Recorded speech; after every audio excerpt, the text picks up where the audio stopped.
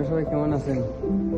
আজকে আমি কিছু বিষয় নিয়ে কথা বলতে চাই, যেমন আমি কি কি কাজ করি, বা আমার স্যালারি কত, আর আমি কিভাবে আইছি আর আছি হই এখন বর্তমানে।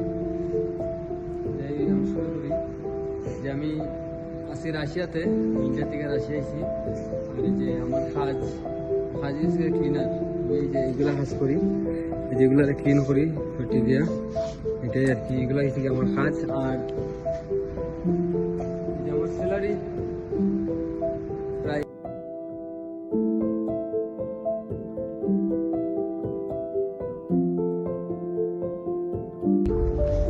আমি যেটা নিয়ে কথা বলতে চাই আসছে এখন, মানে আমি রাশিয়াতে কিভাবে আসছি আর কি।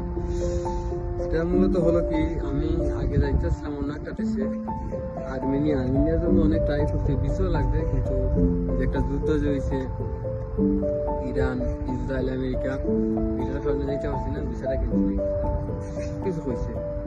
আমি এই যে ভিজিট ভিসা, তারা কাছে যে ভিজিট টু ওয়ার্ক আর কি, যে ভিজিট ভিসা আনবো এই জায়গার মধ্যে, আনার পরে আমার কাজ দিব, জায়গার মধ্যে ডকুমেন্ট করে দিব। ভগবান দিলে সব কিছু ঠিক আছে, কাজও আছে, তারপর থাকা খাওয়ার জায়গা দিছে, সব কিছু।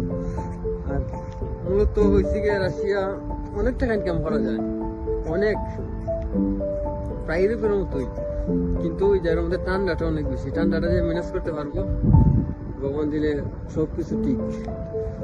এই যে দেখো সূর্য উঠছে এই বরফের মধ্যে, ঠান্ডাটা ম্যানেজ করতে লাগবো। আর একটা বিষয়, মানে রাশিয়াতে যদি আবার যে ইচ্ছা আছে, আমি স্ক্রিনে নাম্বার দিয়ে দিব, হোয়াটসঅ্যাপ নাম্বার আর ইমেল, কন্ট্যাক্ট করতে পারবা।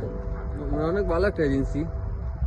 তারা যখন আমি আর্মেনিয়ার লাগে যখন টাকা দিছিলাম, এই টাকা আমি উদ্ধার করতে পারছিলাম না এজেন্টের কাছ থেকে, কিন্তু তারা আমার টাকা উদ্ধার করে দিছে এবং তারা আমার নিয়ে আইছে।